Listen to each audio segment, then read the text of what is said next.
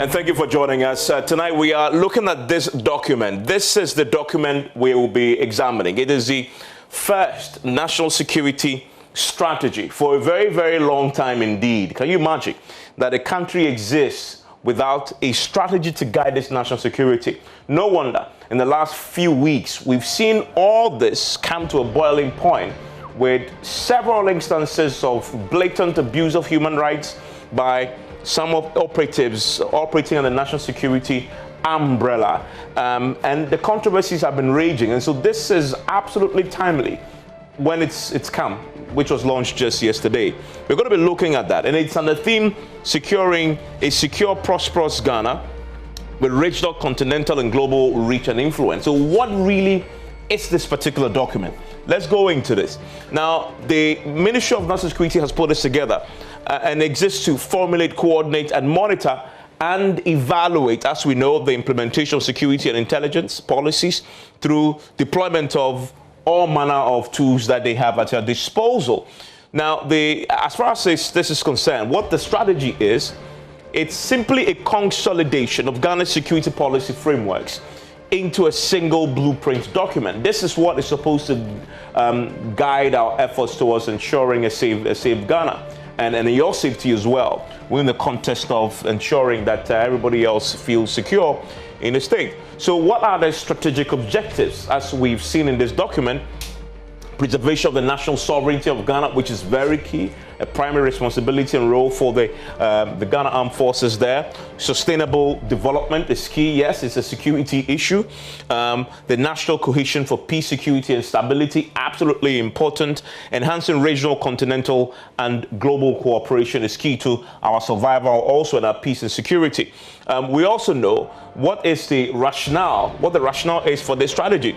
Is the security and well-being of Ghanaian be made paramount, your well-being, making citizens and their local communities primary referent objects of Ghana's national security. Now, this is important because I have been reading this document, I find 9 mentions of the phrase human rights, which is interesting. We'll get into that very shortly, because if there's any criticism of the national security as it stands currently, it's that it is just not a respecter of human rights. So how do you ensure national security, but whilst respecting human rights? This document tries to balance that and achieve that particular objective. The all-inclusive approach is what they are proposing to do. And so we have a blending of both traditional and national security responses and human security responses, trying to deal with emerging threats. We'll talk about the threats shortly. Now, these are some of the key threats that they've identified, and a lot of them are interesting. Party political violence is key. They also talk about political capture of the space is also one of the things that we'll talk about. The energy threats is important. Doomsor is a major national security threat that has been identified.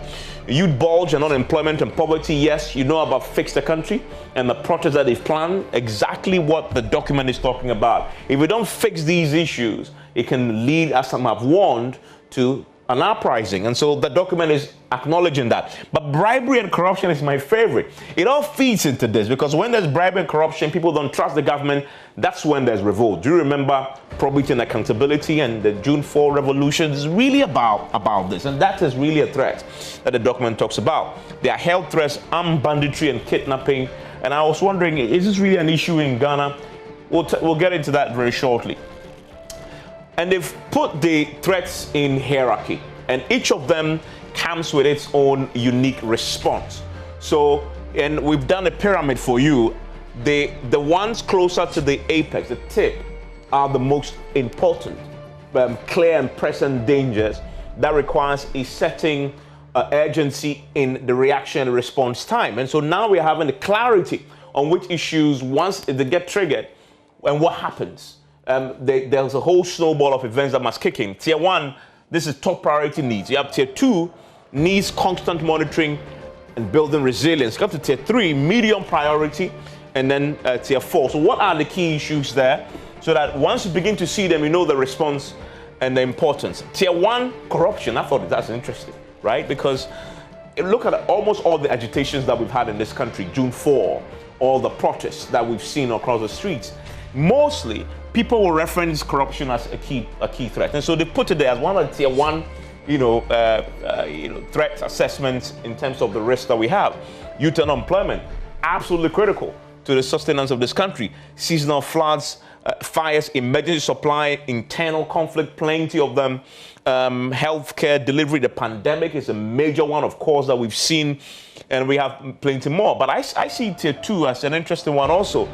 Labor upheavals, that is key, because there have been times when we've seen the Ghana Medical Association go on strike. People die as a result of that. That is a key thing. Food security, arms proliferation. I was wondering whether this isn't as important in the tier one, but we'll try and analyze it very shortly.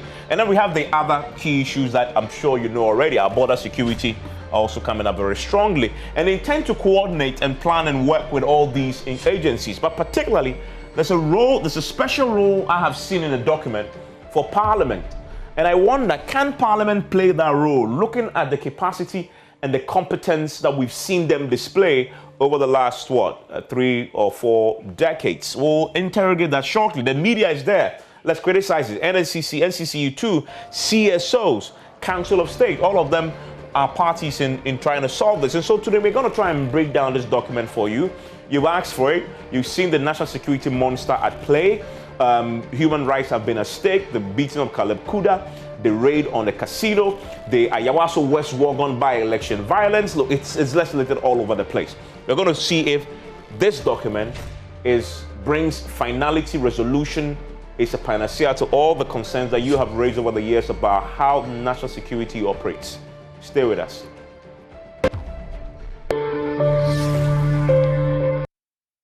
And thank you for joining us here on PM Express. My guest in the studio is James Agaga. He is the ranking member on the Defense and Interior Committee in Parliament, a former Deputy Interior Minister himself, an MP for Bolsa. Also joining me via Zoom is Professor Kwesi Ening. He is the Director of Faculty of Academic Affairs and Research at the Kofi Annan International Peacekeeping Training Center. I am delighted that we can also speak to Dr. Emmanuel Bombande, who also joins us as a UN Senior Mediation Advisor and also a former Deputy Foreign Affairs Minister. I'm very excited about the gentlemen who are joining us, who really have walked this line all the time and know this space quite intimately. I want to start with some interesting observations I made of the document at a very broad level before we come to the specifics. And one of the things that I wanted to look for when I was reading the document is the question of human rights. Because having been a student of Professor Ening all these years as a journalist, and yes, I'm a student of his because I've spoken to him so long, it can pass for class hours. One of the key things that I've heard constantly and I've seen play out in the public is just the wanton disregard for human rights by the national security operatives and people within that architecture. The military, simply, they don't respect human rights. Police as well. And now we've had this animal called the National Security Secretariat that has their own, force. Recently, and if you're watching us, this is relevant because recently we've seen that at play. Caleb Kuda raid on the casino, Ayawaso West Wagon. This is blatant total disregard for human rights. So I was reading the document thinking, okay, how prominent is the subject of human rights to the framers of this policy? And so I deliberately wanted to count the number of times they mentioned human rights. And I counted 19 references to human rights. And a particular portion that makes it quite emphatic what this new approach is going to be in terms of maintaining human rights. I want to read to you. It says, maintaining law and order while respecting human rights and the rule of law is fundamental to ensuring internal security under a constitutional democracy. In this context, internal security will be promoted. And then he talks about how they'll do it. I mean, Professor Ening, let me start with you on that. I mean, I found 19 references to the phrase human rights. Does that suggest that this is the solution to that all-important problem? I mean, what's your own comment on that? Well, I think it's a very important part of the process.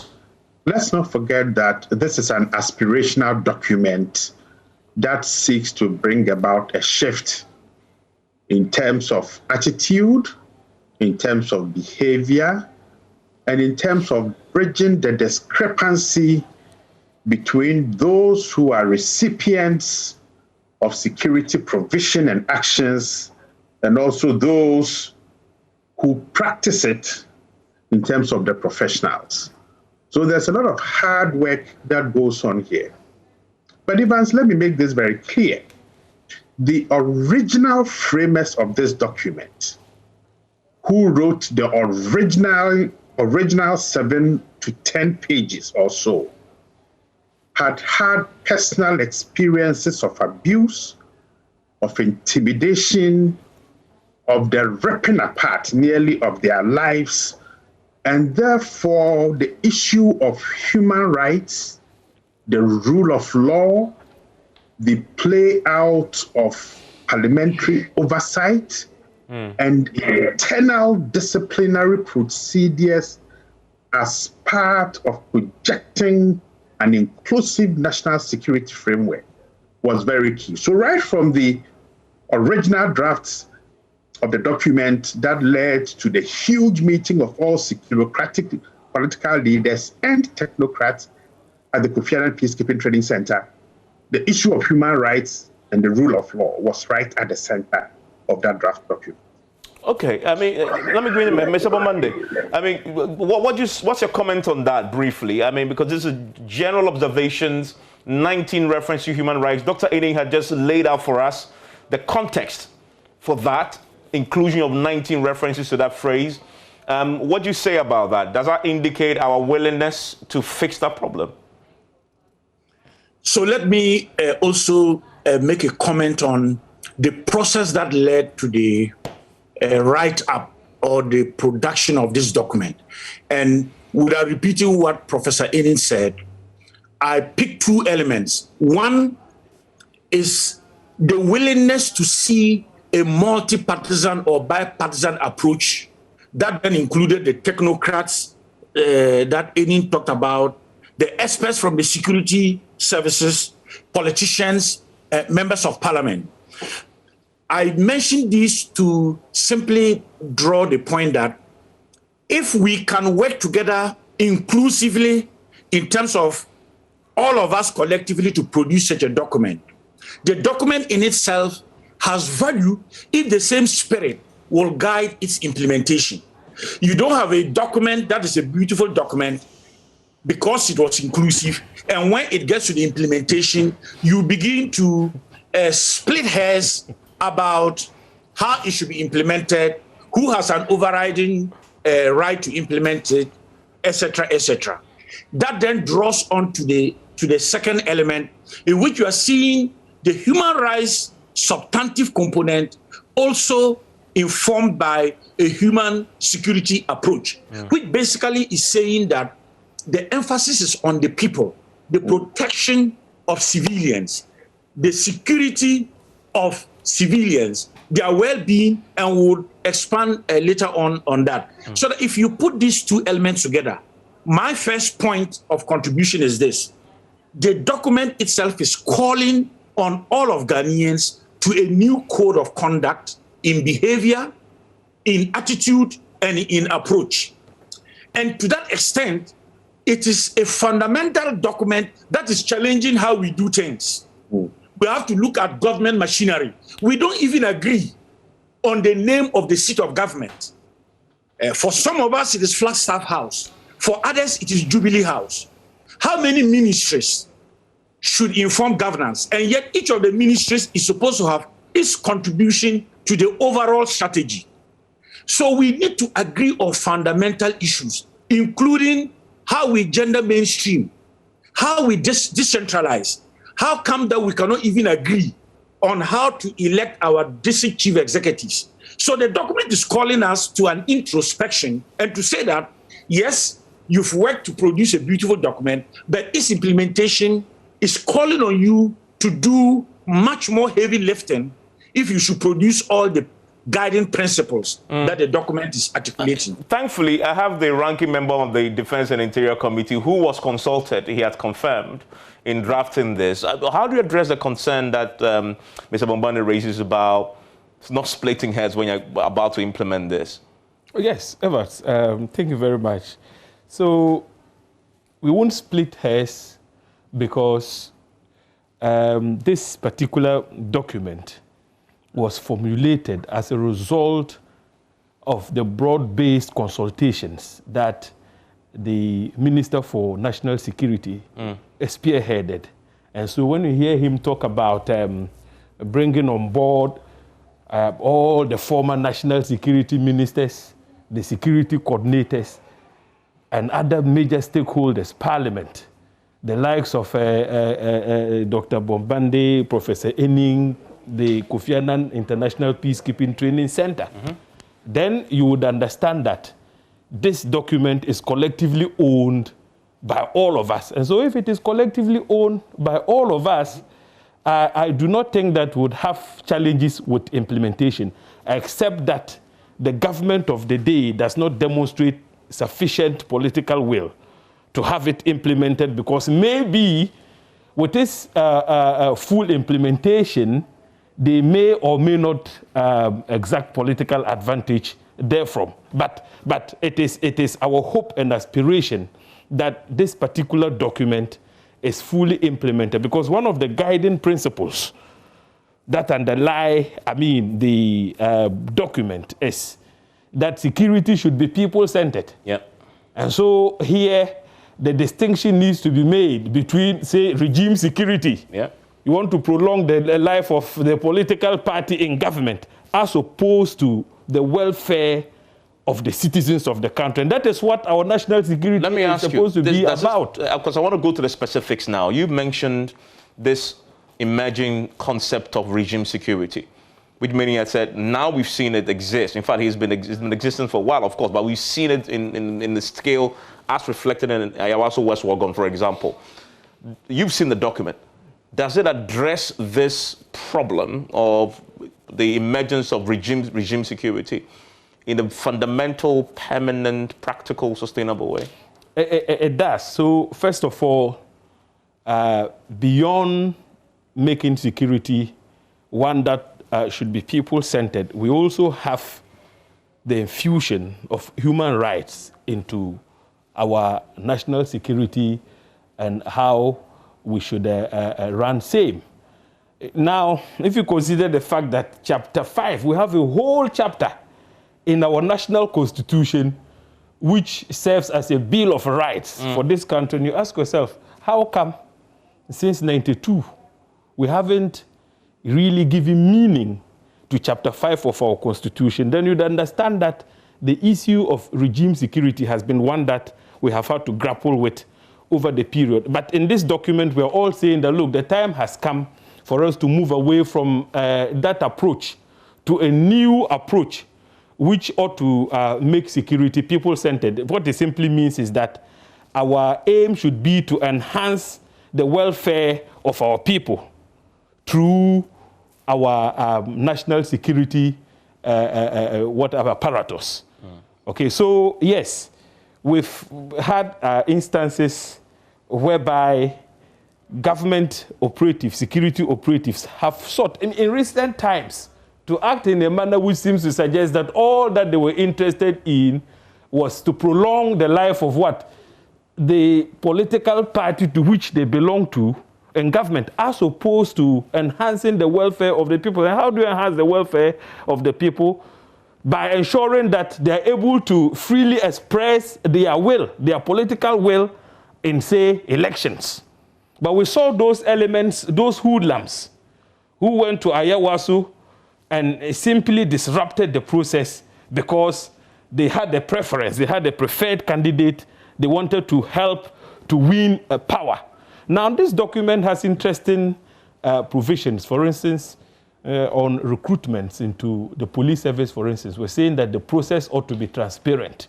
If the process has to be transparent, it simply means that hoodlums, people who are not qualified to be recruited, would not have the opportunity to infiltrate the ranks of our security agencies. So that is one important step. Let me read for you what that document says, and I want to throw that to my guests. Stay with me shortly. I want to throw that to my guests on this, because this is one of those parts of the problems of national security that most people watching us will have felt, have seen, and have experienced in one way or the other. And Dr. Henning, this is to you. The document says government will commission a review of the structure, command, and control of the Ghana Police Service to reflect the decentralized policy of government. The national policing strategy is to be developed out of this endeavor to make the police, attentive to human rights, etc. But this is the part that I want to stress, so that it can develop a professional, party politically neutral orientation in the Ghana Police Service and other security and intelligence agencies in their handling of matters of our internal security. Rhetoric that you believe in, or these are words that we can hold our political supervisors to actually implement. Evans, I will reiterate my previous point.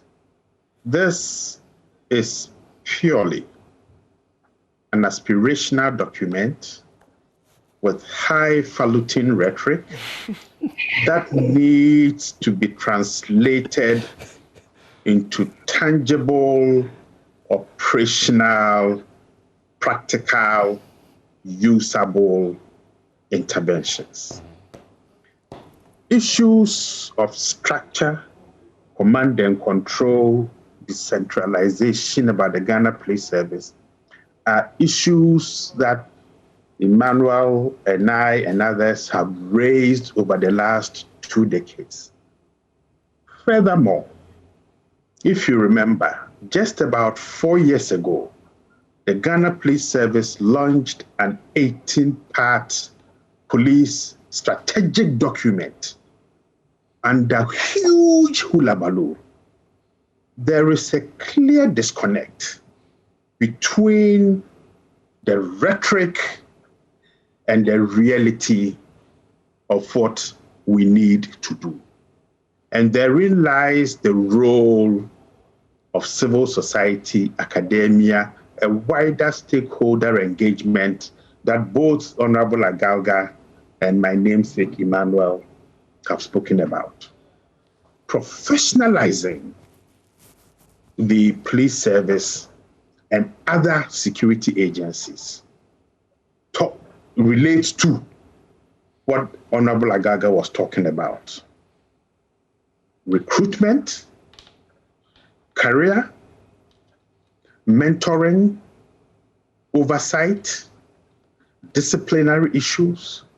Now, all these are things that already exist in documents. There's nothing new here. The challenge is about our willingness and preparedness to take the bull by the horn. So let me give you 2 examples of clearly where flowery rhetoric as compared to hands-on operational interventions lack. One is, for example, the Police Council. The Police Council, under existing regulations, and I'm happy Honorable Agalga is here, has to present an annual report about the performance of the Ghana Police Service, first to Honorable Agalga's committee. Since 1992, only one report has been sent by the council to the committee and by extension to Parliament, and the committee has neither requested the council for such a document. That is one. Number 2 relates to issues of appointments, of promotions, of demotions, also within the service. Now, we are seeing a new culture in the Ghana Police Service where retired officers are now promoted to the IGP. So whilst this document recognizes the need for issues of structure, command and control, neutrality, neutral orientation, they are really very good. But what does it mean in practice? Yeah. Because what they mean in practice is that were we to do these things and do them dispassionately and in a neutral way, we will be creating that world-class policing that was captured in the 2017 police strategic document that has been in abeyance since then. So these are issues of aspiration, of dreams, of flowery rhetoric. And I think here, Mr. Kandapa has shown leadership, maturity in bringing together different stakeholders to discuss first and foremost and to agree on the wording of the text. But the document is too bulky. Very. In the manner in which the document is, it is not too helpful. So what I'm looking for is for the document to be boiled down to tangible points under the most critical issues. That is the hierarchy that you showed, that makes it readable for ordinary people who at different levels in the structure can relate to the documents. Whilst the Honorable Agalgas and my namesake Emmanuel and others then disaggregate and to say, how do we sequence the implementation of this document? Now, let me make one point that I think over the past day or two has been bandied about quite a bit. This document is a culmination of a historical process that started as far back as 1963 with the promulgation of the National Security Services Act. That's to bring together the different services, the security and intelligence services, under one act that allowed the president then, Honorable Nkrumah, to then, with his cabinet, to drive the policy. So this is a positive development spanning more than 40 years. And I think we need to be proud of ourselves. And I think here, I look forward to the Honorable Minister inviting us to Jojo and certainly put some more ideas in making this a living, breathing document. I mean, I want to come to Mr. Agaga because Prof talks about something earlier about parliamentary oversight in making this a living document beyond the flowery language that he describes it as. And this document actually places a lot of burden on your shoulders. I mean, in your committee, he says they want to create a professionally efficient, well-resourced, coordinated intelligence community with appropriate parliamentary oversight as a sine qua non requirement for effective response delivery. That's huge burden. He says that over the last few decades, the Police Council has not come to you with a report whether they're supposed to. In fact, the Minister for National Security was also supposed to come to Parliament on an annual basis, correct, with the report. Yeah. He also failed to come. He took your colleague, Okudzeto Ablakwa, to run a campaign to force him to come. That clearly is an issue in making this a practical document. Yes, Evans, we need to understand one thing. First of all, the experts have argued that the current composition of the Defense and Interior Committee disables it from performing effective oversight over all the intelligence and security agencies put together. Now, from a very practical point of view, I have been the ranking member for the past 5 years, I must say, of that committee. I used to be Deputy Minister for the Interior. Now, that argument by the experts is nothing but the truth. Because come to think of it, you have one committee, select committee of Parliament, which has responsibility over all the intelligence agencies of our state. So name them. Now the National Investigations Bureau, the Research Department, the ministry itself, now the National Signals Bureau, which is now a full-fledged intelligence agency. So put together, you're talking about 5. Before you come to the internal security agency, starting from the police, and the police alone, in terms of numbers, outnumber our armed forces put together. You have the immigration service, fire service, etc., etc. And then you have the armed forces. So practically, it is not possible that one committee can effectively exercise oversight over those agencies. So what are you suggesting? So the argument has been that let us have a separate select committee to handle intelligence. I agree entirely with the proponents of that theory, that if we have a separate committee charged with the responsibility of overseeing the activities of the intelligence agencies, whilst the Defense and Interior Committee deal perhaps with the internal security agencies, the police, fire service, etc., and the armed forces. Ideally, we should even have a committee to deal with the armed forces alone. In some jurisdictions like Nigeria, no, we have the Armed Services Committee, so they deal exclusively with the armed forces.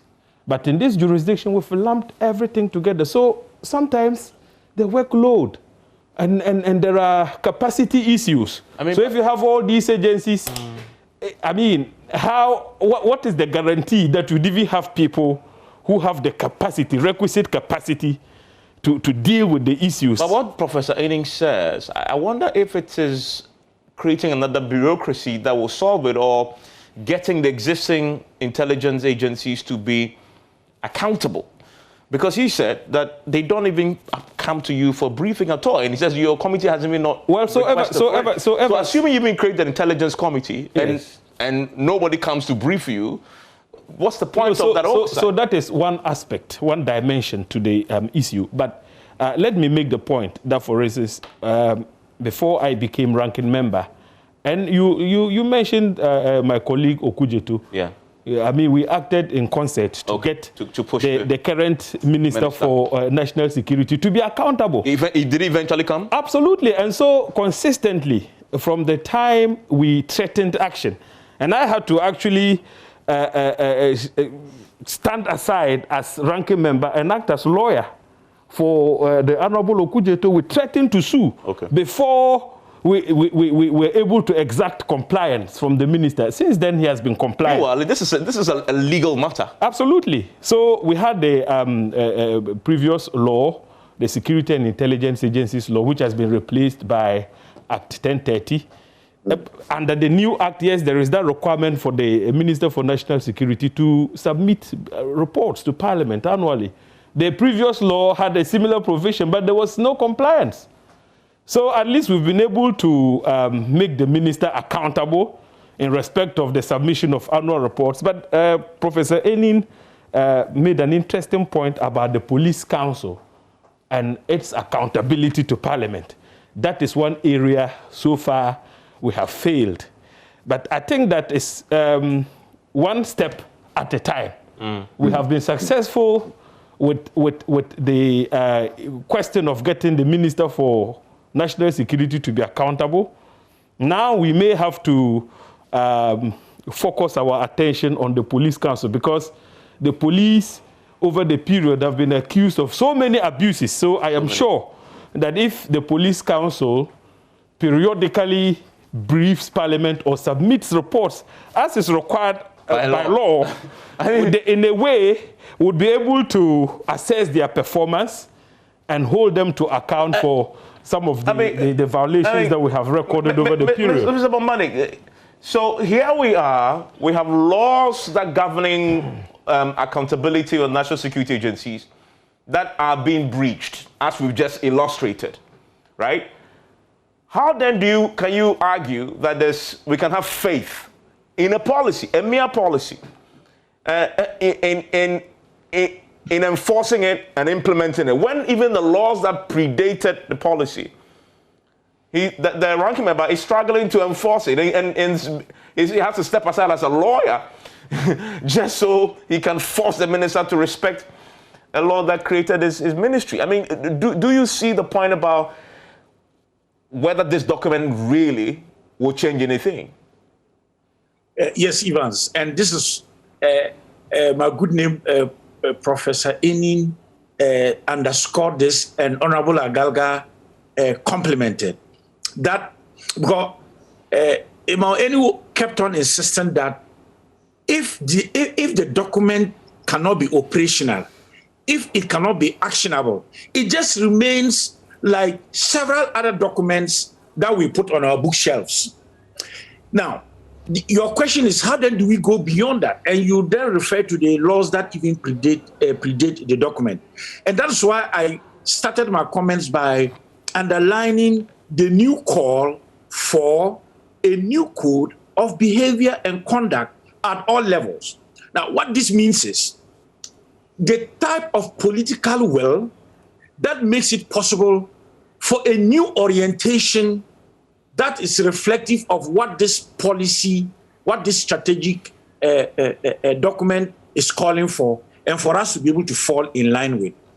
And to that extent, you can now break it down to the simplest level, that we have a shared responsibility as citizens, as people in public institutions and services, as people in government, as people in political parties, that if we on our own cannot begin to manifest the type of behavior that conforms with the direction that we want to go in terms of a country, then it becomes difficult.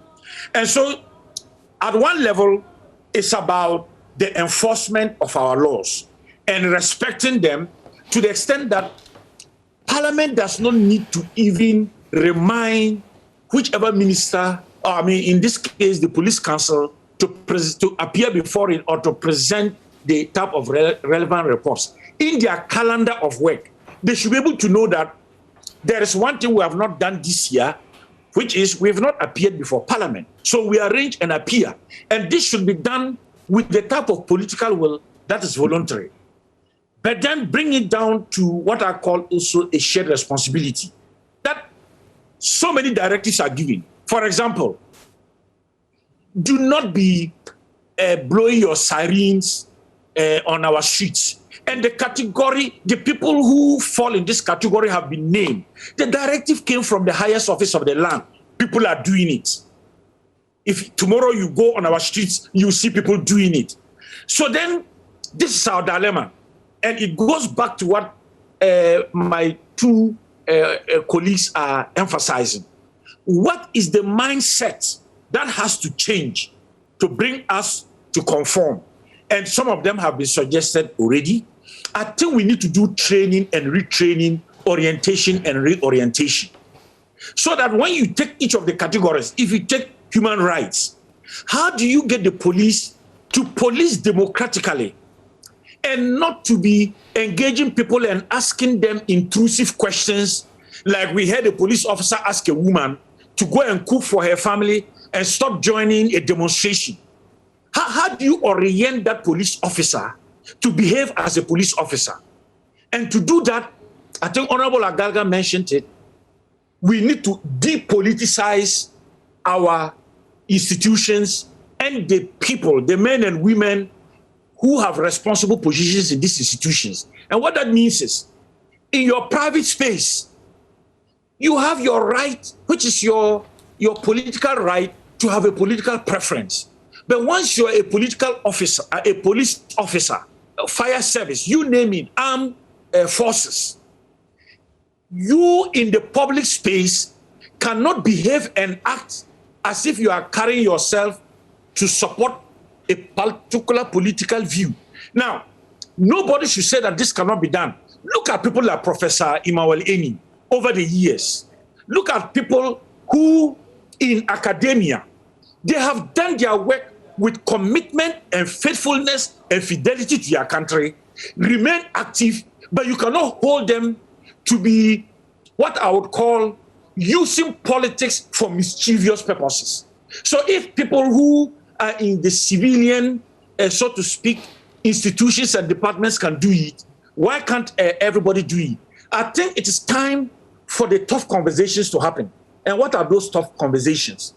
To ask the right questions, to put people on the spot, and to demand that people act professionally. Because if the institutions are professional, they are professional because the individuals are professional. And why do I think this is possible? I reiterate what Professor Eni said.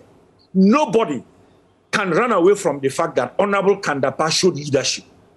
in the way and manner and conduct of the process leading to this outcome. But he's a politician.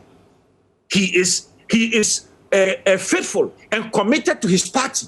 But when it comes to national security, he recognizes that this is not about party. This is about the whole of Ghana. It's about the expertise. It's about the capacity for Ghana to go in the same direction. And to end, just before we came onto this program, I was watching our Black Stars play in Morocco. The 11 of them, some are short, some are tall, some are Muslim, some are Christian, some come from this region and some come from the other region. But they bring harmony in the talent that makes it possible for them to represent us as a national team. And we are all happy when we see them play a good football game.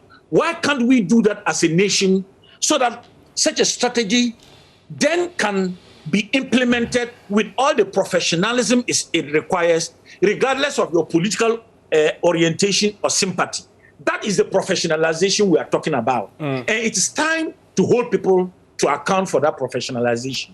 I want to take a quick break. When I return, there's a question that keeps bugging me when I read the document. So the document is talking about a depoliticization of our security agencies. I mean, but that is post. Already, the system that we have is so politicized. We have all the arms of national security. We know for certain.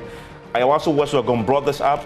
It's so been politicized. We've seen national security operatives do political activity. Dr. Eni, Professor Eni and myself were on this show when the Ashanti Regional Security Coordinator said that operatives for national security came to his office and he identified them as party foot soldiers in one of the MPP's vigilante groups who have been incorporated into the security. This is a Ashanti national security operative. So my question is, so if we are going to depoliticize the security agencies, what happens to the status quo? As in, what happens to the institutions that have already been politicized with all the people we've recruited in there?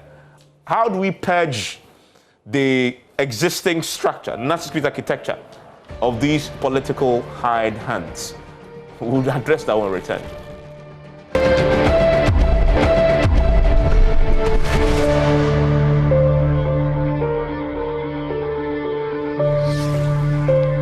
And thank you for staying with us. This is PM Express. My guests are Professor Enin and Emmanuel Bombande, and with me in the studio is the ranking on the Defense and Interior Committee, James Agaga. I want to end. We have some 6 minutes away, and I want to share this 2 minutes each on this all-important question. This document, I'll start with you. This question is forward-looking. It says it wants to depoliticize the agencies, but the question remains that we already have a heavily politicized security architecture. And we've seen them at play at Ayawaso. We've seen them removing National Security Secretariat recently all over the place. Was there a discussion in the conversations of how do you deal with the existing structure, the system, and how it's been politicized? How do you purge it? Evans, look, so we need to purge the security agencies of all the people who were unqualified but somehow managed to infiltrate the ranks of the agencies. How do we do that? It's a Herculean task. It's a Herculean task because if you take, say, for instance, the police alone, so many people have been recruited into the police without prior advertisements. So the question to ask is, what eligibility criteria was used? And I have been fighting this battle for quite some time now. That look, at least advertise. Let people put in an application. Let them go through some basic examination. And if they are judged to be fit to join the police service, you put them in there. But then we're talking about the clearance of a backlog with respect to recruitment. Evans, now they've already made their way into the police, the other security agencies. Do we dislodge them? If we do, that in itself would become another threat. At the moment as we speak, there is a motion before Parliament which seeks to get us to run an audit and to possibly purge the security agencies of all unqualified personnel who were illegally recruited. But on party political lines. The motion itself has already been politicized. Some have filed counter motions. They're saying that, look, what should be the starting point? Where do we start from? If you ask me, my candid view is that we need to make a fresh beginning and to retrain all the qualified. You give amnesty to everybody who is already there on a party basis? I think that is the way to go. Okay. Let's make a fresh beginning. Okay. Reorientate them, train them, and then let them be. But henceforth, we all agree that now we have a new strategy. From henceforth, we're going to do things right. Maybe we should legislate on the criteria for recruitment. Stay with me. I mean, let me get Professor Annie, what do you say to this question? Well, look, the politicization of the process of recruitment, of promotion, of career development has been politicized over such a long time that it's actually not possible to split the protocol politicized recruitment from the normal recruitment. And here I agree with Honorable Agaga that we need a moratorium that allows us to retrain those who have entered. Otherwise, if we continue in the manner in which the Constitution gives power to the executive to appoint all security heads, we will see an Apollo 568 type development when a new government comes into power. So I think when the Honorable Minister Kandapa gets all of us around the table, these are some of, certainly from my side, some of the interventions and well thought out concepts that I would like to place on the table. We need to move beyond the narrow political interests and then place Ghana at the center and say, look, we've all gone wrong somehow. The NDC has done it, the NPP has done it, the CPP did it, the Progress Party did it, Mr. Rawlings did it. But we cannot continue that way. Let's give an amnesty. Let's retrain rule of law, human rights, attitudes, behavior, aptitude, and then create a more professional, solid basis for recruitment, for promotion, and for retention. Mr. Bomande. Very, very interesting. My quick take on this is very simple. If you look at the second guiding principle, it talks about good governance and social cohesion, the promotion of a culture of good governance that builds trust between the government and the citizenry and enhances social cohesion, a sense of common national purpose, and active participation of the citizenry in good governance. Now, if the type of training and reorientation that has just been put across does not happen, the very people who should be promoting good governance are the ones who will be undermining it. So that when you are supposed to be applying the respect for the rule of law and you choose to pick who should be punished or who should not be punished, then you are not promoting good governance. You are promoting a system in which there is no equity. And that is what is going to lead to an upheaval. And so, yes, the proposal, it looks very attractive in terms of the way both Prof. Enin and Honorable Agalga have put it. But how you do that training will require a very interesting design that recognizes that it is more than just training. It's about a total reorientation that makes these officers to understand what it means to serve your country, the flag of Ghana, the coat of arms. And once you do that, the type of social cohesion and the type of preventive capacities can then be possible. And to conclude, if we are not strong at home, forget about what we can do in the region. And we have always prided ourselves as this unique and special island of peace.